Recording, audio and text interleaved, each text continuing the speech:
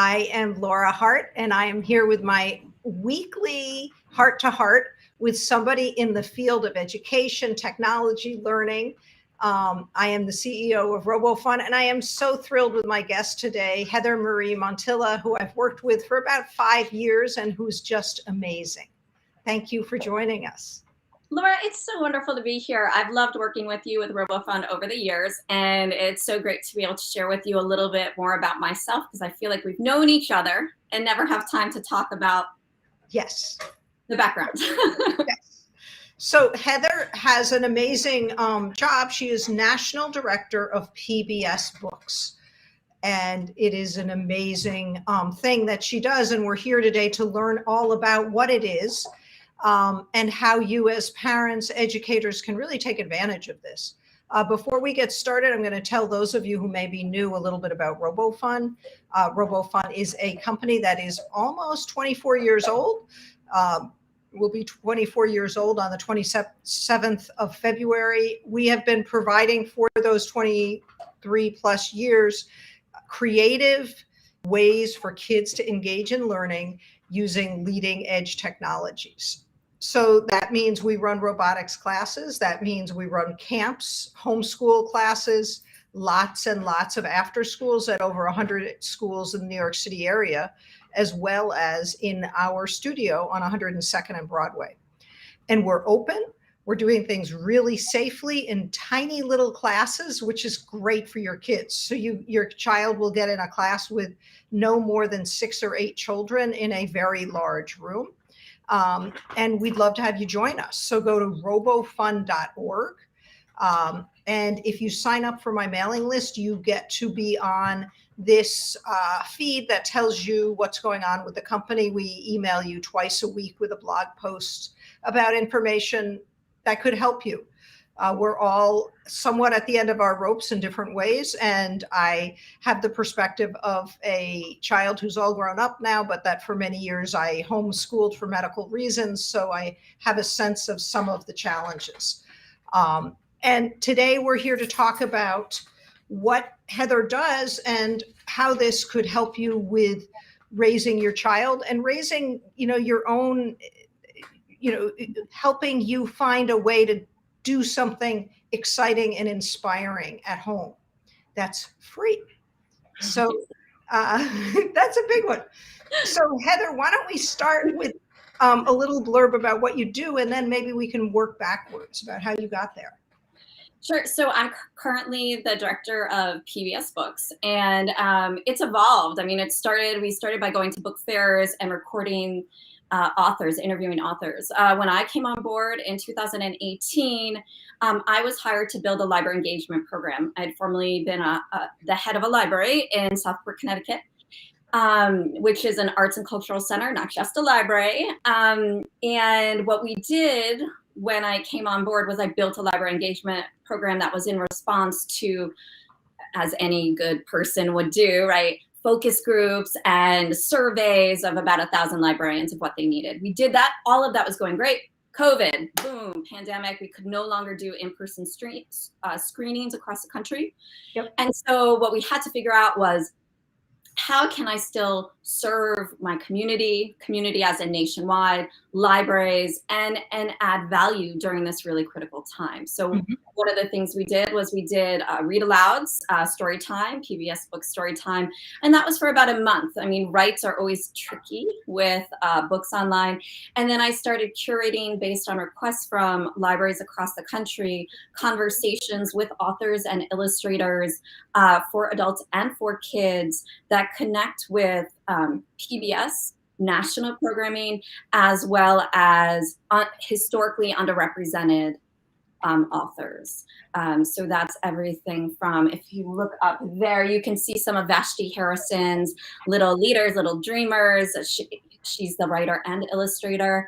And, to everything in November, we did, I don't know if you can see that back there, but it's Archie Celebrates Diwali. So a book on Diwali, which I know when I was growing up certainly didn't exist, right? And in both of those, and a lot of our programs, we also do hands-on activities. And I think not only is the parent and the child learning tidbits and insights from the author about how they got inspired, but also, and not always we're able to do this, but often we're able to have a hands-on activity as well. And I think we can all agree that when we create, we learn.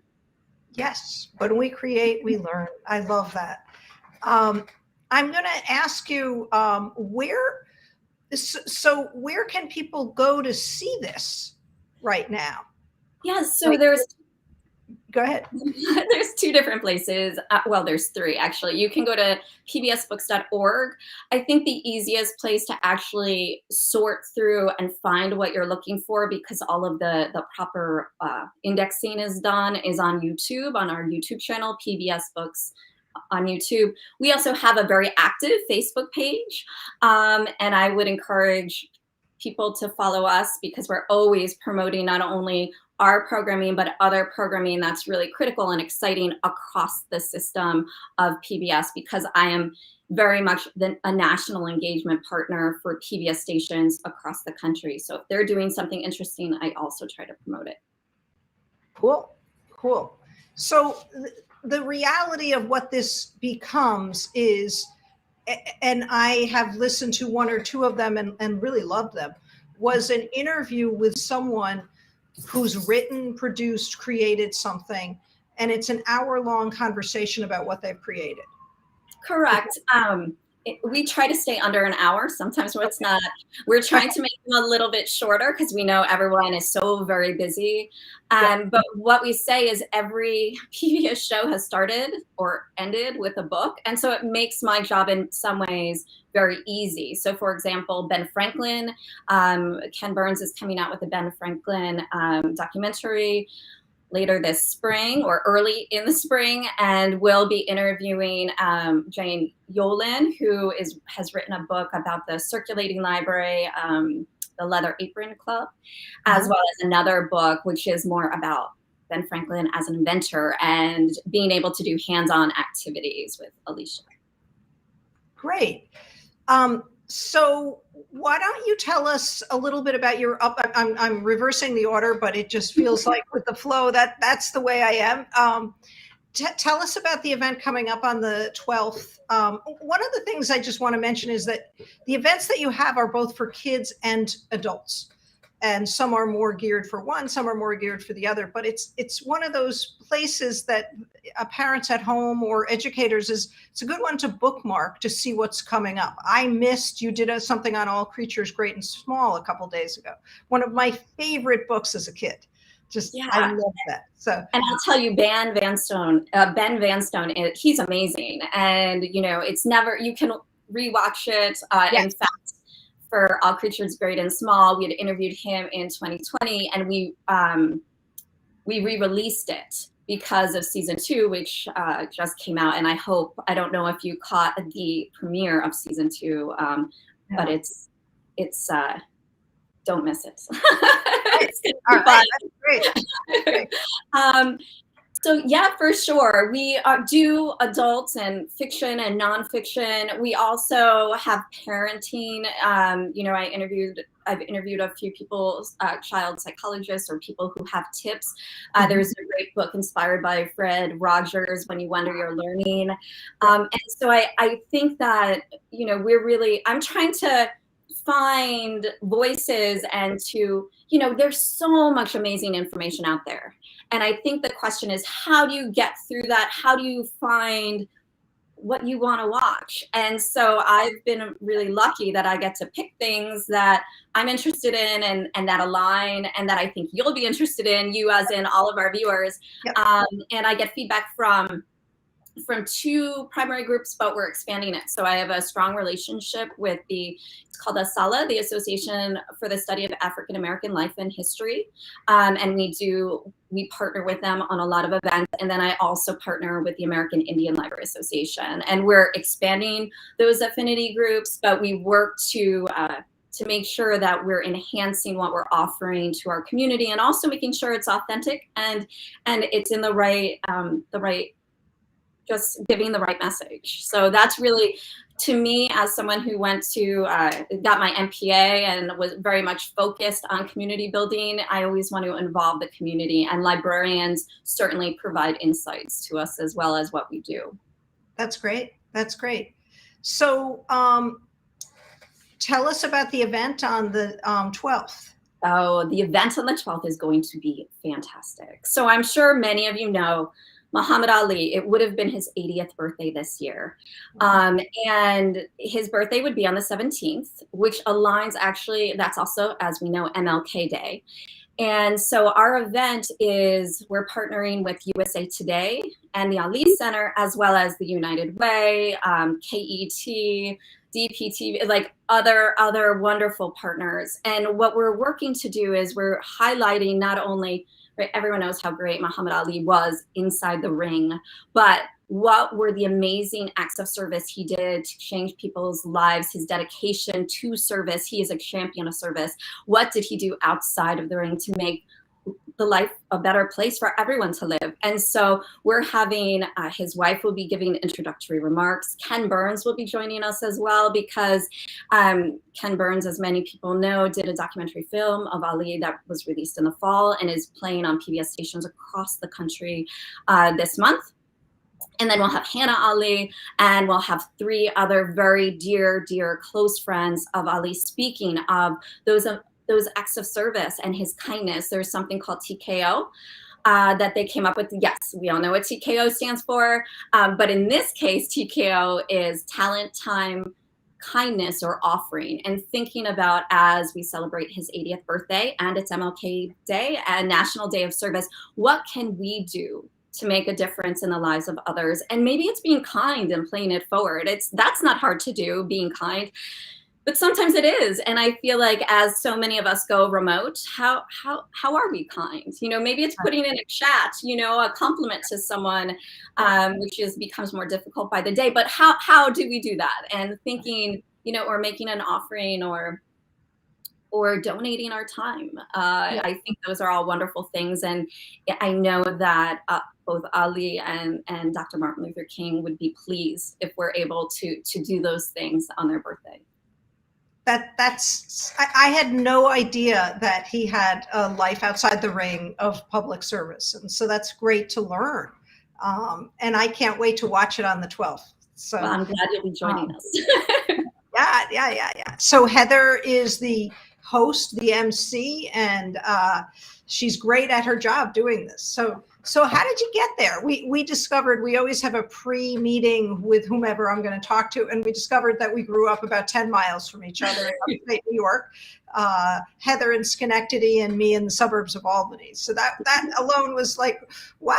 You know, we've only worked together for 5+ years, writing grants and strategizing, and we never learned that. So you grew up in Schenectady, a not an easy town, I would think, to grow up in. No, but it was an amazing education. There are amazing educators. I would say I can still think back to 6th grade, my social studies teacher or my science teachers who had us do hands-on projects, right? Well, I also did Odyssey of the Mind and Olympics of the Visual Arts, and we did creative problem solving, and all of that they were building blocks. I mean, I did Odyssey of the Mind through high school, and then I ended up going to college at Duke University, and that was, once again, an amazing, well-rounded experience where I thought I was going to be a doctor. What I realized is I wanted to help people, and I realized there's lots of ways. And I think that's something we don't talk enough about, is there's so many ways to help people. It doesn't have to be a doctor or a teacher or a lawyer or an engineer, right? There's so many different career paths. But at Duke, I studied public policy. I've always loved the arts. They kind of fulfill me. So I also studied art history, and I'm that business type, right? So I also got a certificate in markets and management, which was amazing for me. But after working in the arts for a few years, I also knew I wanted more. And so I did a master's of public administration, as I alluded to before, at Columbia University School of International and Public Affairs, which was also wonderful, right? Because I'm learning much of the work I did. I learned from practitioners, people who were doing and making a difference in New York City at the UN, and it, you know, Lower Manhattan Development Corporation, and all of that, right? So it was an amazing educational experience. And that is all to say, I was working at, at this library in Connecticut. My husband was transferred to the Midwest, and that was huge. And what I would say is, for all of those out there, both kids and adults, is that, sometimes it takes something drastic in your life, a pivotal moment, for you to change for the better, and you don't see it initially, right? So I moved to the Midwest. I couldn't find employment. It was so hard. And I would say what was so great about that, I had been an executive director for about 8 years at that point of different New York City and Connecticut organizations. What was so hard was that was nothing I was used to, right? But that prepared me for the next. And so when I finally got the offer for PBS Books, I started as the library bureau chief. And once again, that was so very interesting, because how I did it was like ground level, grassrootsy. And they were like, wait, why aren't you up here? And part of it is my training, right? Just listening to people Right. and trying to make a difference. For me, it's all about education. And so there's so many different ways the arts lead there, but it's not, it's about, if I think about breaking that cycle of poverty, which is what has always been passionate for my passion, it's realizing that, it's really hard to do that. But if you start with kids, if you start with education, if you spark their interest in something, right, that will translate. If you spark the interest in learning about an author, about one of the first interviews I did was Gwendolyn Brooks. I don't know how many of you out there know who Gwendolyn Brooks is. I will admit, I wasn't that familiar. I knew who Langston Hughes was, who was very much in some ways one of her mentors, but I didn't know who Gwendolyn Brooks is. She's actually from Chicago. And what I have to say is, like, these books, children's books, are unlike when you and I grew up. They're amazing. And you, even as a parent, can learn so much and learn beside your child. And so I find the children's authors and the adult authors, but the children's authors I get to speak with are amazing. And they also get kids. They get that kids want to be creative. They want to hear fun things. They want to make fun, right? Like, they understand. And that's also why they're children's authors. So it's been an amazing experience. So tell us a little bit about who Gwendolyn Brooks is before we go on, because I'm a very curious person and vaguely know her name, but not much. So she was the first African-American female to win the Pulitzer Prize in poetry. And I believe it was in I want to say it was the late 50s, but it could be, maybe someone in the chat knows. I don't want to misspeak. And Suzanne Slade, who was an author who had written a book on Frederick Douglass, and I had met when I was at who I had worked with when I was at the library in Connecticut. I found the book and I contacted her and I was like, will you come on the show? The pandemic had just started, and she was my first children's guest. And it was amazing. And actually that video is one of the most, it's cool because Cosby Cabrera, who is also an amazing author in her own right, I don't know if you can see. Oh, she just wrote a book called Me and Mama as well last year that won all sorts of prizes. And we did a separate interview with her. These are amazing books. And what I'll say, the lucky part is in New York City, if you go to the New York Public Library, and for many of you, if you go to your library, these books are there. The harder part is it's the middle of a pandemic. Like, it's a lot of libraries are closed or they're limited access. So how do you make those choices? There are great lists online. We also put out book lists from time to time. The ALA, the American Library Association, has also developed a list for patrons, for readers. But our show tries to at least once a month, I'm interviewing someone who you probably should consider reading. And so it's fun. It's fun, I think, for my viewers, and also I think it's fun for me to learn from them. What I need to note is that almost every author said that they went to their local library as a kid, and they loved to read. And a lot of them are, love to draw, and they're artists as well, right? And so there's this real creative, fun energy, but also this real dedication to igniting that interest in learning, which is so important. which is what we're both in the business of doing in different ways. It's one of the reasons it's such a pleasure to talk to you. So, is it possible, so if you want to know what's coming up, or if you want to find like that interview about Gwendolyn Brooks, you would go to the pbsbooks.org site, and could you search it, or how would you find it? That's a great question. So the best place is actually the YouTube site to do a search for anything that was done in the past. Okay. Facebook will always tell you upcoming events. What I'll tell you is Facebook Meta has been changing a lot. Their how events are found and how they're announced, etc. And then the next thing is that pbsbooks.org right now is not as up to date of upcoming events. Things at least a week out appear, but we have many things planned out, as you already know from about Ben Franklin, but there are lots of other things that are coming up that aren't yet there. And so we will also try to put a list on our website, even if the events aren't posted as an event, that people can at least get a snapshot of what's up and coming.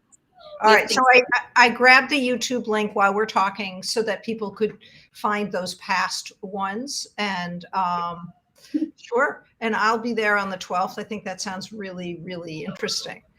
I think it's going to be amazing, and to have that lineup, right? Just even to be so lucky to have that group of people who knew Ali so well and can speak to really the difference and the dedication that he made to making a difference in the lives of others. So I'm excited.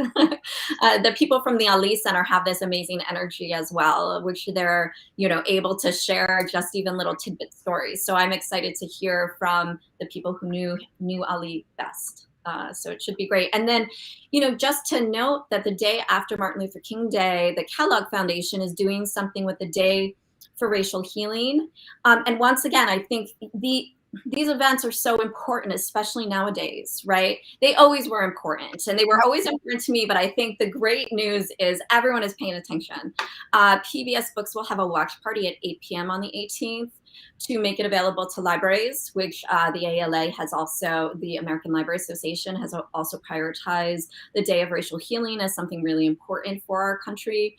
And then we have a conversation, and it's for adults, with Randall Jelks, Dr. Randall Jelks, about, he's written books about kind of reminiscing or thinking about Martin Luther King. So writing letters to Martin Luther King and dealing with racial justice, especially today, it's very important. The following week, I don't know if any of you know Evie Shockley as a poet. She is amazing. And we're partnering with Poetry in America, which is a show on PBS. And she'll be joining us, as well as the creator of Poetry in America. And then we also have Robin Kelly, who is an amazing scholar out in California of African American studies, and Lisa Gay Hamilton, who is an actress and an activist in her own right. So that's a busy week. But then we also have an interview with Cynthia Smith, who is the writer of kids' books. And so that'll all be there and more. So yeah, it's a lot, but it's really exciting, and we hope more people will join us. Sure. So I think I sort of kind of glazed over this a bit. Glazed is the wrong word, but went a little quickly. But one of your main goals is to feature underrepresented authors. Is that correct? That is correct. That is correct. If I was to think about how we curate our content, right, it's definitely, it's one of the reasons I've built relationships with the affinity groups. And, we always say, okay, we're going to do at least 4 events with you in 1 year. And for me, it's about, there's so many stories that we have no idea, as an adult, right? And the good news is that there are now books being written. Like Veronica Chambers last year wrote a book on fighting the fight. And it was about women who had fought for the right to vote, and many people had never heard of, right? And it's a kid's book. And she did it. She's an editor of the Times, right? And there are so many other books like that that are out there. And I think what's interesting is so many people have no idea that the books exist. So that's part of it, right? Interesting and tragic. So exactly, but at least the information is now there. Right. Yeah. And so I think that's what's different, is it was really hard to find that information. And if it was written as our primary source material that you or I would probably fall asleep, as a 12-year-old, right? The graphics are gorgeous, and that's part of it. Even I spoke with Ida B. Wells' granddaughter, Michelle Duster, this past summer, and her book is gorgeous. And so tell us, before you go on, who Ida B. Wells was. Ida B. Wells, she was actually a journalist. She was a teacher. She really was a trailblazing woman who helped fight for the right for women to vote. She is one of the most important, iconic women. She lived in Chicago for a while. There's actually a new sculpture that opened up to honor Ida. If you don't know who she is, look her up. And the other great place, especially if you know what you're looking for, besides going to pbsbooks.org, watching the Michelle Duster video, PBS Learning Media is a great place to catch little snippets of information. So maybe you don't want to watch a whole, documentary on, you can go to pbslearningmedia.org. And it's all free resources, and that's great for parents and educators. I use it a lot. I have 4 children, one of them who is saying she's hungry right now. And what I can say is that I use PBS Learning Media to help complement things they're learning in school and to bring it alive, right? Mm-hmm. And I know it's a trusted source. And that's what's so really, really important about those resources, is that PBS is trusted. You can trust what we're going to air and know that it's not fake news. It is such a pleasure to talk to you. And I think we should do this every couple of months. But the thing I want to allow you to go feed your daughter and end with is, when we talked before, you said some things that really struck with me about ways to end poverty. And you talked about the books in a household. Could you just talk a little bit about how important that's been for you and what you've discovered? Yeah, no, I mean, there are studies that have been done that families that have more than 500 books, they're more likely to go to college. We all know that people who go to college are more likely, they make millions of dollars more over their lifetime than people who don't. I think, we're in the middle of a pandemic. I think it's been really hard for our young adults out there. I think they've lost confidence. I think many have struggled.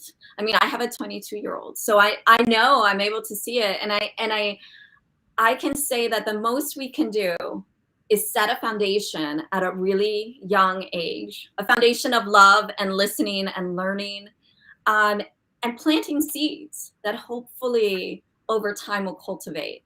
And I think as we think of poverty and what that looks like, it's, I did grow up very religious, and there's a quote in the Bible, the New Testament, that says, "The poor will always be with us." Yes, it's true. And I don't normally go there, but what I think of is, yes, but what can we do? What can we do to break that cycle? And that's education for me. And so, yes, there's so many ways to get there. But my hope is that by when I work with you, it's that the work you're doing is also igniting this tremendous love and learning, right? Because I wanted to be a doctor. I used to spend my summers doing scientific research, like Binghamton University, Clarkson, right? I was a nerd. But what I have to say is that what that translated into was that a foundation of loving, learning, and curiosity. It's a curiosity that is so important to cultivate in our young adults. And everyone should have that opportunity. The igniting, I think, is so important. And for those of you who are watching in the New York City area, I love our libraries. And, to safely use our libraries right now, you can create an online account and you can pick the books you want, and then you can just go pick them up. So your time is more safely in the library, but it's amazing. So the topics you're hearing about, the titles that Heather is sharing with us, you can get them yourself. So I want to thank you so much. This has been so meaningful. I want to circle back. I'm Laura Hart. We run classes for children, really with the goal to ignite a love for learning using STEAM, making little robots, learning how to make a video game, learning how to make an animation, using Minecraft in constructive ways. Go to robofun.org, and we have a big day planned for Martin Luther King Day, which is a day off for your kids. Our space, we used to have about 40 kids before the pandemic, but we now only have, I think 16 is our total. So those spaces are going to go. You can do a morning or afternoon, and our age point is 3-year-olds to 13-year-olds. And I am so happy to have you here, Heather, and I'm going to invite you back in a couple months to share what other things you're up to. Because Heather's one of those people that I don't know how she does it. I just discovered she has 4 kids. I always thought it was 3. Heather is amazing what she is able to do in her life. So thank you so much. Thank you so much for having me. It's been a pleasure. I look forward to seeing you soon. You will. You'll see me on the 12th at the Muhammad Ali event. So, thank you. Okay. Have a great day, everyone.